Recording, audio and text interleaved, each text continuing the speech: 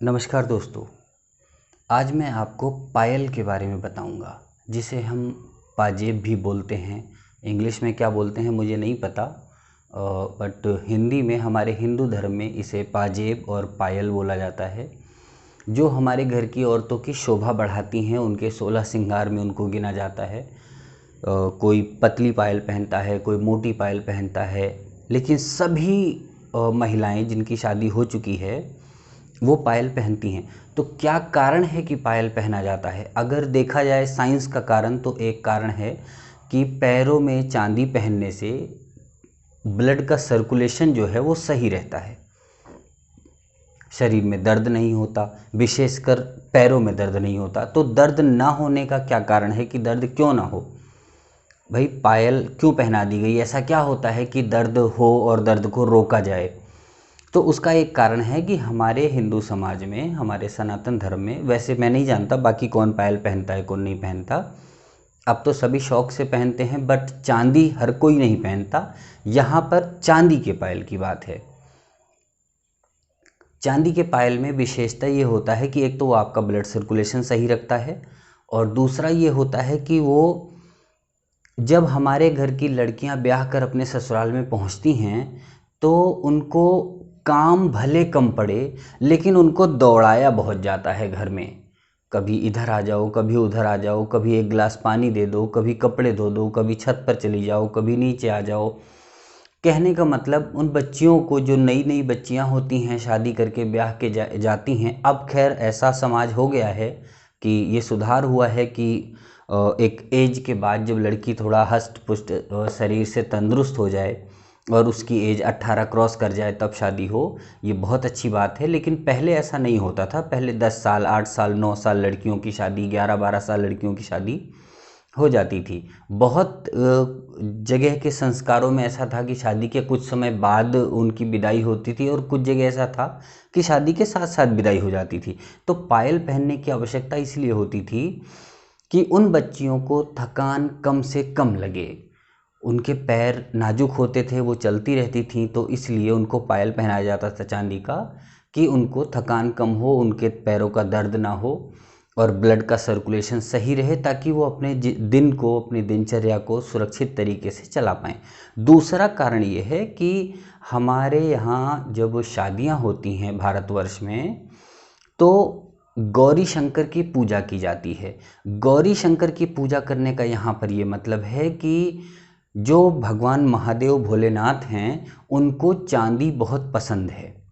उनका प्रिय आभूषण चांदी का ही चढ़ाया जाता है। उनको सोना या और हीरा पन्ना नहीं चढ़ाया जाता, उनको चांदी बहुत प्रिय है।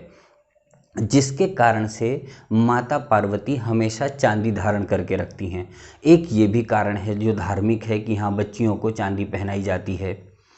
और जो इसके पीछे एक छुपा हुआ कारण है, वो मैं आज आपको बताऊंगा कि आखिर ऐसा क्यों है कि चांदी में पायल जो बनाई जाती है, उस पायल का जो डिज़ाइन है उसको विशेष रूप से बनाया गया है। इस पर आपको आज तक किसी ने नहीं बताया होगा। ये आज YouTube पर पहला वीडियो है जो इस बारे में बताने जा रहा हूँ मैं, कि आखिर आप लोगों ने देखा होगा कि पायल का जो कुंडा होता है, जो जोड़ होता है, जो खड़ी पायल को लाके आपस में जोड़ता है पैरों को राउंड करके, उसका जो जोड़ होता है वो इनफाइनाइट क्यों होता है? जो कि आप यहाँ देख पा रहे हैं, वो हमेशा इस तरह का क्यों होता है कि हाँ, 8 बनाता है, एक इस तरह का 8 बनाता है। ऐसा क्यों होता है? उस कुंडे को ऐसे भी बनाया जा सकता था, उस कुंडे को ऐसे भी बनाया जा सकता था। बहुत सारे तरीके थे, बनाना चाहता तो बनाने वाला सुनार लोग बना देते। तो क्या कारण है कि वहाँ कुंडा इनफाइनाइट रूप में ही बनाया गया? क्या दुनिया में सारे लॉक ऐसे ही होते हैं, दूसरा नहीं लॉक होता? होता है, लेकिन इनफाइनाइट का मतलब यहाँ पर यह है कि आप देखोगे, जब दोनों पैरों को इकट्ठा किया जाएगा, तो जब दोनों पायल आपस में जुड़ती हैं तो वो भी इनफाइनाइट ही बनाती हैं, अगर आप इस चीज़ को अपने दिमाग में समझ पा रहे हों। और जब सिंगल पायल होती है, एक पैर दूसरे पैर के साथ नहीं होता, तो भी वो अपने आप में इनफाइनाइट बना रहा होता है।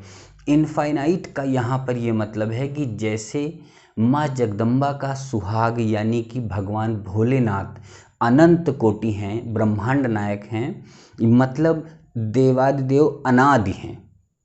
अनादि का मतलब यहाँ समझ रहे होंगे आप कि वो ना कभी जन्म लेते हैं ना कभी मरते हैं, वो अनंत स्वरूप हैं।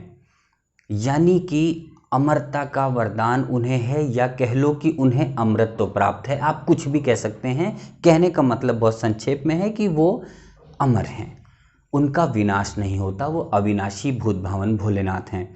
उन्हीं का जो स्वरूप है वो है इनफाइनाइट। अगर आप इस चीज़ को समझेंगे, जो कभी ना शुरू होते हैं और ना कभी ख़त्म होते हैं, वही आशीर्वाद माँ पार्वती के पूजन के बाद लड़कियों के पैरों में डाल दिया जाता है कि अब इसका जो घर है नया, जिसे हम ससुराल कहते हैं, वहाँ पर जो उसको पति के रूप में मिला है, वो कहीं भी जाए कुछ भी करे वो हमेशा सफल होगा अगर पत्नी के पाँव में पायल पड़ी है। तो इस चीज़ का ध्यान रखिए कि आपके घर में जो बच्चियां हैं उनका कुंवारे पर उनको ज़रूरत नहीं है, वो अनमैरिड हैं तो शौक़ से आप डाल सकते हैं, लेकिन उसकी कोई विशेष मान्यता नहीं है। लेकिन शादी के बाद ये ख्याल रखिए कि आप और कोई श्रृंगार करें ना करें, लेकिन आप पायल ज़रूर पहने। पायल पहनने से माँ जगदम्बा का आशीर्वाद आप पर बना रहता है और आपके सुहाग की निरंतर रक्षा होती है। कोशिश कीजिए कि पायल को कभी उतारना ही न पड़े। पायल बहुत ज़रूरी है। हाथ की चूड़ी, माथे का सिंदूर और जो भी बहुत सारे गहने होते हैं, उनमें सबसे ज़्यादा ज़रूरी आपकी पायल है। पायल में आपको आशीर्वाद रूपी इनफाइनाइट हमारे पूर्वजों द्वारा, बुजुर्गों द्वारा दिया गया है, तो इसका ध्यान रखिए। ये आपके सामने एक ऐसा सीक्रेट आया है जो आप आज तक नहीं जानते थे, मैं इसका दावा कर सकता हूँ। और अगर आप जानते हैं तो उस वीडियो का लिंक मुझे भेजें।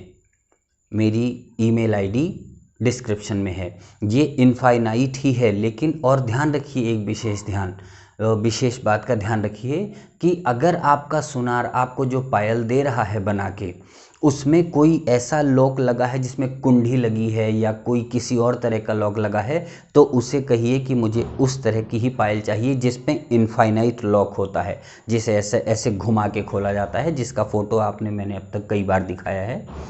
तो आप ध्यान रखिए कि आप इनफाइनाइट यानी कि अनंत चिन्ह का ही पायल पहनेंगी और हमेशा खुश रहेंगी। आपका सुहाग हमेशा सुरक्षित रहेगा, घर परिवार में शांति रहेगी। धन्यवाद।